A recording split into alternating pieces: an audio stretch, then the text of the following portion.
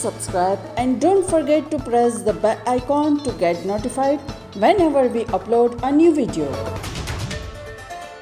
नमस्कार, स्वागत है आपका ईटी नाउ स्वदेश में और आप देख रहे हैं टैक्स मंत्रा। मैं हूं आपके साथ पूजा त्रिपाठी और इस शो में आपकी टैक्स से जुड़ी जो भी छोटी छोटी प्रॉब्लम्स हैं, समस्याएं हैं, उसको हम हल करने की कोशिश करते हैं और out of the box planning भी करते हैं आपके लिए, जिससे कि आपकी जो मुश्किलें हैं वो हल हो सके। और इस साथ को हम आपको बता दें कि 25 एपिसोड पूरे हो चुके हैं, सिल्वर जुबली हम मना रहे हैं और हम उम्मीद करते हैं कि इस सफ़र में आपके जो भी सवाल रहे हैं उसका जवाब भी मिला हो। और अगर आगे भी कुछ सवाल हैं आपके तो वो आप हमें भेज सकते हैं हमारे सोशल मीडिया हैंडल के ज़रिए, अपने सवाल हमसे पूछ सकते हैं, व्हाट्सएप के ज़रिए और फ़ोन लाइन के ज़रिए भी आप अपने सवाल हम तक पहुंचा सकते हैं। तो चलिए शो की शुरुआत करते हैं। और आपको याद होगा कि पिछले हफ्ते हमने चर्चा की थी वसीयत के बारे में कि ये दस्तावेज़ क्यों ज़रूरी है,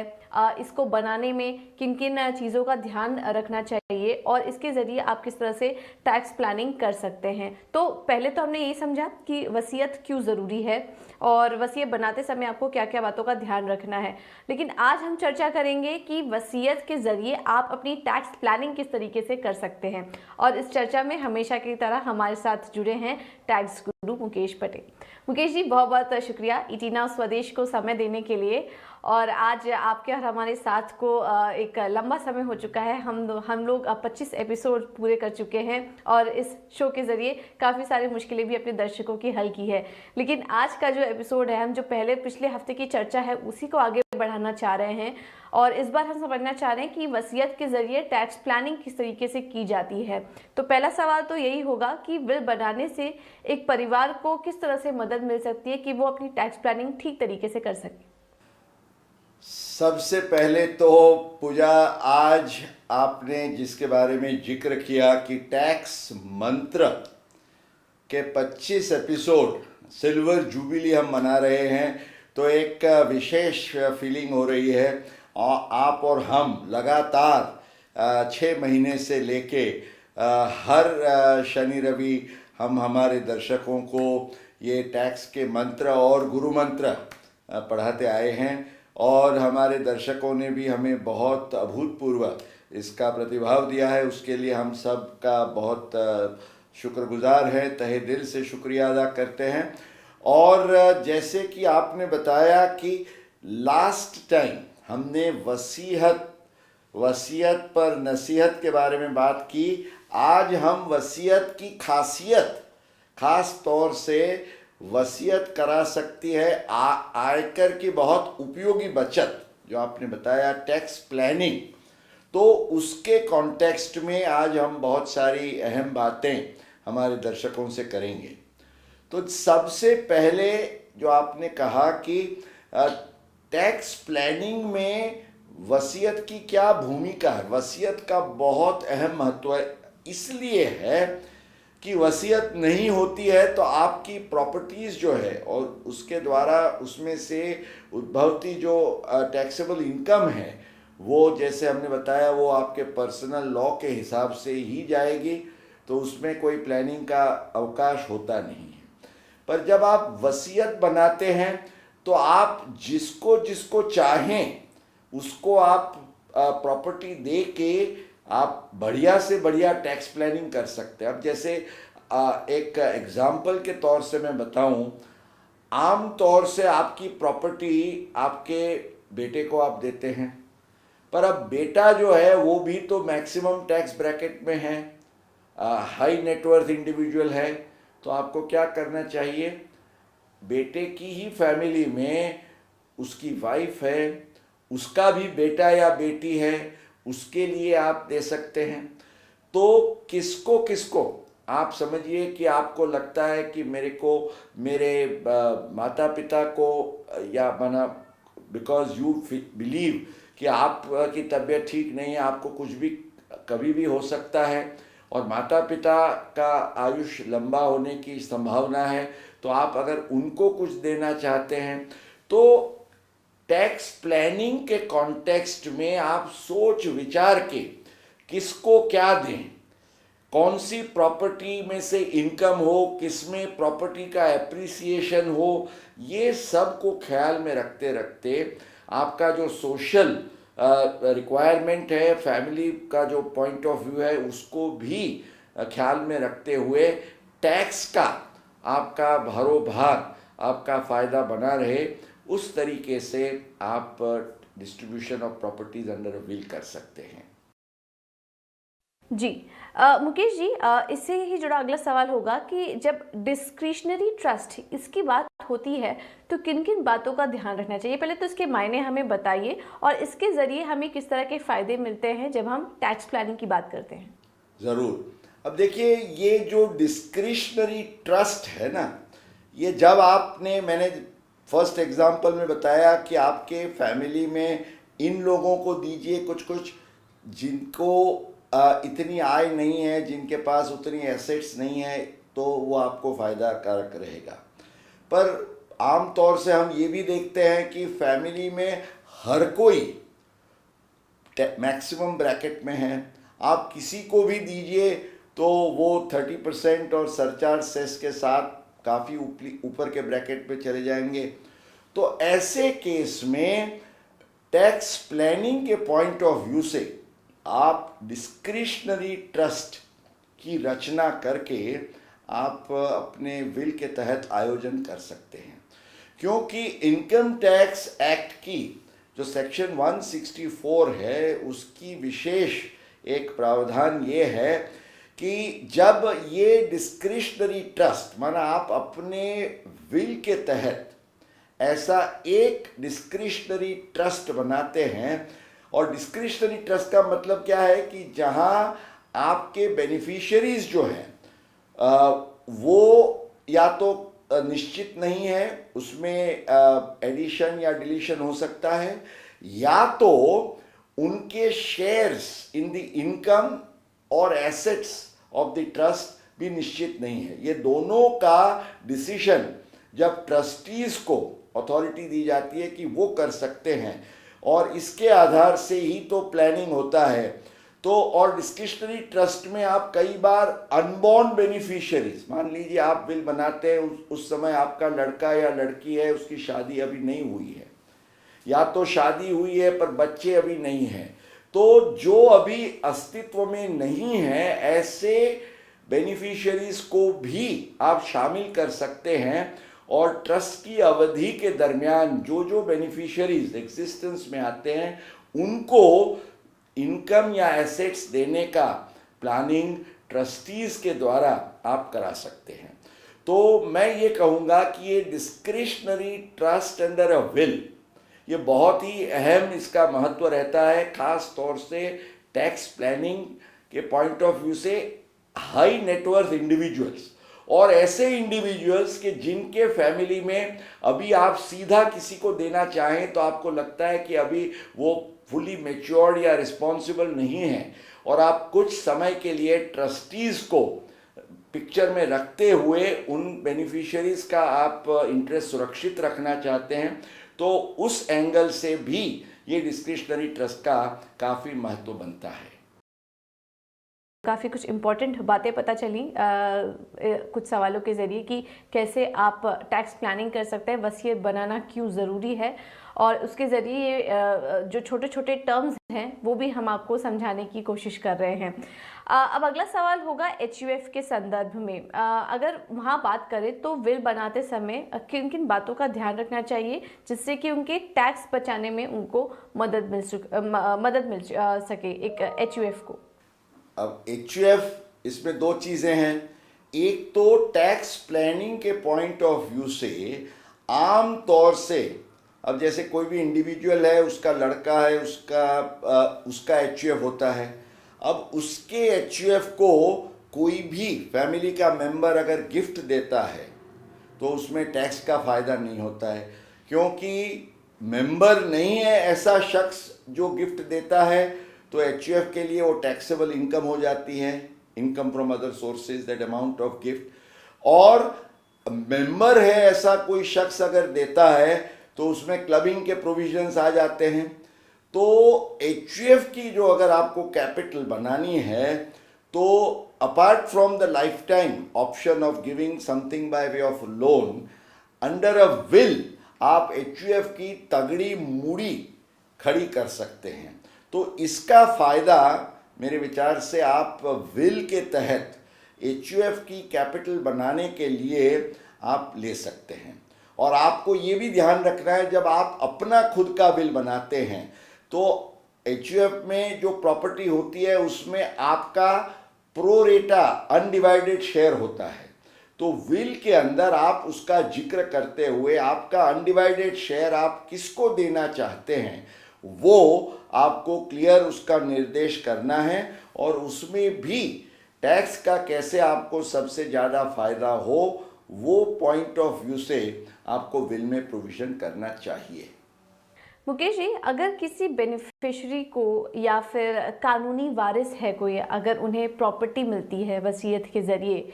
तो उसकी वैल्यू पर क्या कोई टैक्स लगता है? ये भी सवाल काफ़ी दर्शकों के मन में आ रहा है कि विल के ज़रिए कोई प्रॉपर्टी अगर मिले तो किस तरह की टैक्स लायबिलिटी वहाँ पर बनती है? खुशखबरी ये है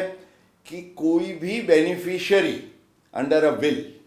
या जहां इनहेरिटेंस होता है, विल नहीं है और लीगल हेयर को ऐसे ही मिलता है अपना शेयर,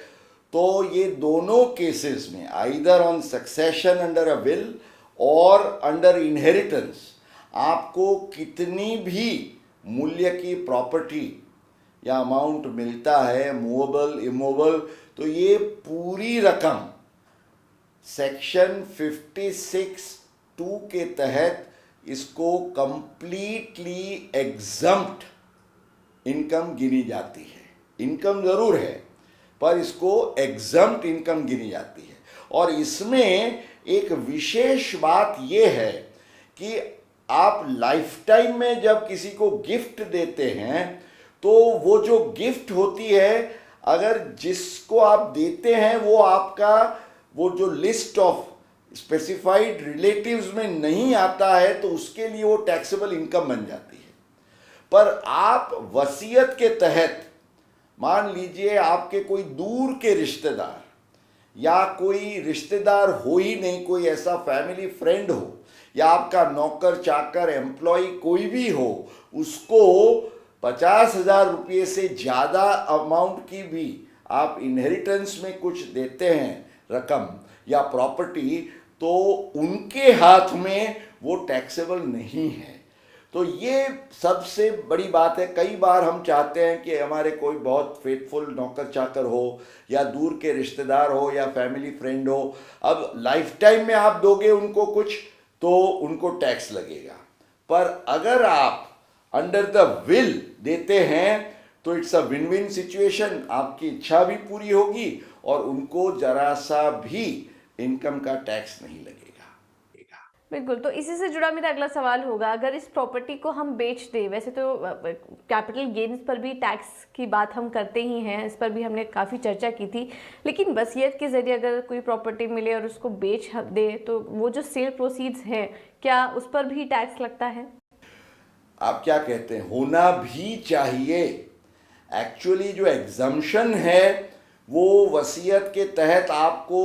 एज अ बेनिफिशियरी या हेयर जो कुछ मिलता है उस पर एग्जम्पशन है,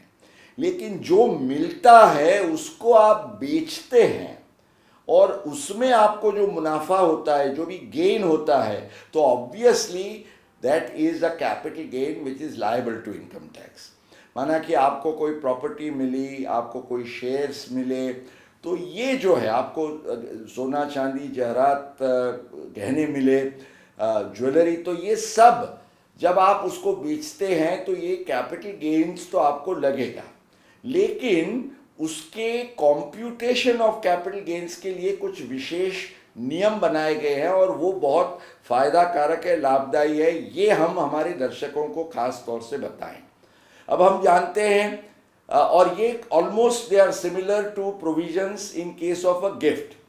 अब हम जानते हैं कि जब आपको गिफ्ट में या विल में कुछ मिलता है तो आपकी तो कोई कॉस्ट ऑफ एक्विजिशन होती नहीं है क्योंकि आपने कोई खर्च किया नहीं है। तो आप उसको जब बेचते हैं तो उसकी क्या कीमत लेंगे और लॉन्ग टर्म या शॉर्ट टर्म तय करने के लिए व्हाट पीरियड ऑफ होल्डिंग आप गिनेंगे। तो ये दोनों के लिए विशेष प्रोविजन ये है कि जो पीरियड ऑफ होल्डिंग गिननी है वो जो प्रीवियस ओनर है, माना आपको अपने पिताजी के पास से मिला है तो पिताजी ने जब ये प्रॉपर्टी धारण की थी तब से लेके आज तक आपको वो होल्डिंग का पीरियड गिनना है, और उनकी जो कॉस्ट ऑफ एक्विजिशन थी वो कॉस्ट ऑफ एक्विजिशन को आपको अपनी कॉस्ट लेनी है। शेयर्स वगैरह के केस में जहां ग्रैंडफादरिंग होता है तो 31 जनवरी 2018 की जो प्रोविजन है वो आएगी अमल में। तो इसको ख्याल में रखते हुए आपको ये भी ध्यान में रखना है कि मान लीजिए आपके पिताजी के विल के तहत आपको आज कुछ मिला और आपने एक हफ्ते के अंदर उसको बेचा, तो ये चिंता मत करिए कि इसको शॉर्ट टर्म गिना जाएगा, क्योंकि ये लॉन्ग टर्म गिना जाएगा। जब से लेके आपके पिताजी ने होल्ड किया था तब से लेके आप जब तक बेचते हैं वो पूरा पीरियड ऑफ होल्डिंग गिना जाएगा। उसका इंडेक्सेशन, मान लीजिए कोई प्रॉपर्टी जहां इंडेक्सेशन का फायदा मिलता है वो भी आपको मिलेगा, और आपके लिए ये एक सबसे फायदा कारक बात होगी that you will get the benefit of long term capital gain, और उसके साथ उसके जो एग्जम्पशंस हैं वो भी आप फायदा ले सकेंगे। ठीक है, तो इन बातों का ध्यान रखें, किस तरह की टैक्स लाइबिलिटी बनती है या नहीं बनती है, इन बातों का भी आप ध्यान रखें जो भी कभी को भी वसीयत के ज़रिए अगर आपको प्रॉपर्टी मिल रही है तो। अब एनआरआई के केस की बात करते हैं, क्योंकि काफ़ी सारे दर्शक हमारे एनआरआई भी हैं जो कि हमें देख रहे हैं। वो अपनी सेल प्रोसीड्स को फॉरेन करेंसी में क्या कन्वर्ट कर सकते हैं और अपने देश जहाँ पर कि वो रह रहे हैं अगर वहाँ पर लेकर जाएं तो किस तरह की लाइबिलिटी उन पर बनती है, क्या वहाँ कोई टैक्स लगता है, ये भी हम समझना चाहेंगे आपसे। देखिए, इसमें दो पहलू हैं। सबसे पहले तो जैसे मैंने बताया कि इंडिया में तो टैक्स का कोई सवाल ही नहीं है। अब दूसरा इसका पासू ये होगा, उसकी साइड ये होगी कि व्हाट अबाउट जब ये पैसा उसके कंट्री में जाता है ऑफ रेजिडेंस। अब जो ग्लोबल टैक्स सिस्टम्स हैं, whether it is UK, US, Canada, Australia, सब जगह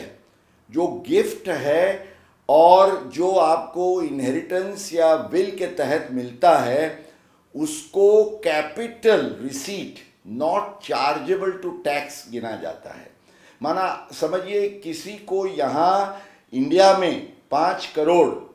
की प्रॉपर्टी मिलती है तो वो 5 करोड़ की प्रॉपर्टी जो है उस पर न तो इंडिया में टैक्स लगेगा, न तो जो भी कंट्री में वो रहता है उसके कानून के आधार से कोई टैक्स लगेगा उसको। हालांकि वो डिक्लेयर ज़रूर करना होगा अकॉर्डिंग टू द रेगुलेशंस। तो सबसे पहले तो ये है, इसके लिए ज़रूरी ये है कि ये जो प्रॉपर विल हो और उससे डॉक्यूमेंटेड जो भी एविडेंस हो वो ठीक ठाक रख के उसको वहाँ वो कंट्री ऑफ उसके रेजिडेंस में भी दिखाना होगा, तो वो रखना होगा, ये ज़रूरी है। और दूसरी बात ये है जो आपने पूछा कि वेदर ये जो एसेट है उसको बेच के पैसा लिया जा सकता है, भेजा जा सकता है इन अ फॉरेन करेंसी ओवरसीज। तो एक तो कैपिटल गेन वाला रूल आपको ध्यान में रखना है कि मान लो मकान मिला तो मकान पर टैक्स नहीं है, पर जब मकान को बेचते हैं तो इंडिया में टैक्स लगेगा। ओवरसीज में हालांकि अलग अलग कंट्रीज़ के अलग अलग रेगुलेशंस हैं, तो उधर कॉस्ट ऑफ एक्विजिशन और पीरियड ऑफ होल्डिंग कैसे गिनी जाएगी उसके नियम के आधार से आपको वो कैपिटल गेन का टैक्स भरना होगा, लेकिन भरना होगा, ये आपको ध्यान में रखना है। और इंडिया में कानून ये कहता है under the foreign exchange management act also and the RBI regulations permit कि जो भी आपका यहाँ पैसा है आपके non resident ordinary account NRO account, इसलिए मैंने लास्ट टाइम भी कहा था कि एनआरओ अकाउंट हर एक एनआरआई का होना बहुत आवश्यक है। उसमें आप पैसा लेके जो प्रवर्तमान कानून है उसके आधार से एक्सचेंज कंट्रोल रेगुलेशंस ये कहते हैं कि आप एक वित्तीय वर्ष, एक फाइनेंशियल ईयर में 1 मिलियन US डॉलर्स के समकक्ष फॉरेन करेंसी जो भी करेंसी हो उसका इक्विवेलेंट अमाउंट, माना समझिए आज के हिसाब से करीब डॉलर का 75 रुपये गिनते हुए 7.5 करोड़ रुपया हर वित्तीय वर्ष में आप अपने एनआरओ अकाउंट में से भेज सकते हैं ओवरसीज।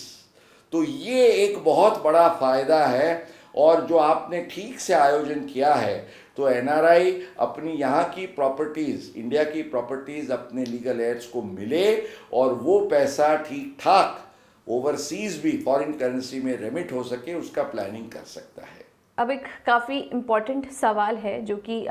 काफ़ी सारे दर्शकों के मन में आ रहा होगा कि मान लीजिए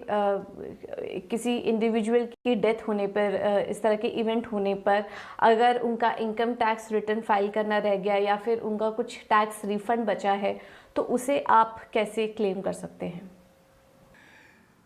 ज़रूर। अब देखिए, ये जब किसी का देहांत होता है तब ऑब्वियसली जो शख्स है, जो टैक्स पेयर है, उसका तो अस्तित्व नहीं है, पर उसकी इनकम वो रेलेवेंट पीरियड के लिए है, तो उसका इनकम टैक्स रिटर्न भर के उसकी जो टैक्स की जिम्मेवारी है वो अदा करना ज़रूरी है। और साथ साथ मान लीजिए कोई टैक्स भरा गया है, कटा गया है और वो ज़्यादा है तो रिफ़ंड भी मिलना चाहिए। तो ये रिटर्न फाइल करने की और रिफ़ंड लेने की कार्यवाही कौन करे? तो इसके लिए इनकम टैक्स और जो हम जानते हैं सीपीसी, सेंट्रलाइज प्रोसेसिंग सेंटर है, उसके बहुत अच्छे नियम बनाए गए हैं। और उस नियम के तहत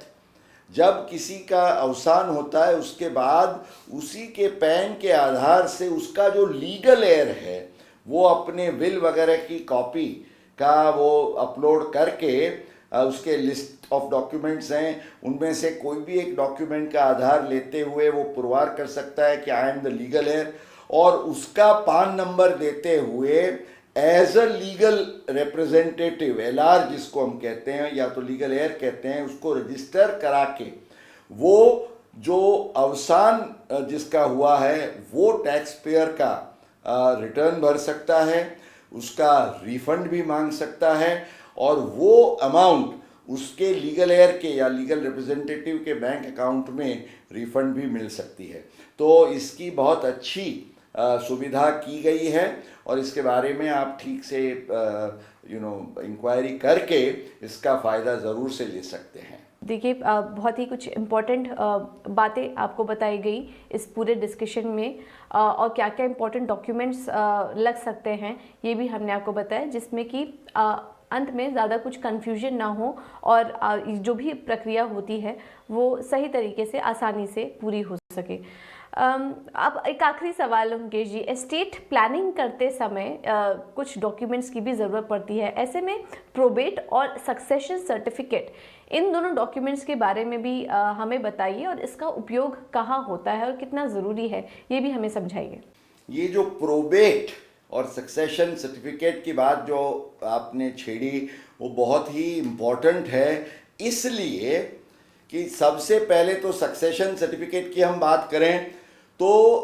अगर आपका विल है तो फॉर्चुनेटली सक्सेशन सर्टिफिकेट की कोई चिंता नहीं है, क्योंकि सक्सेशन सर्टिफिकेट तब मांगा जाता है जब किसी व्यक्ति का ऑथेंटिक विल नहीं है।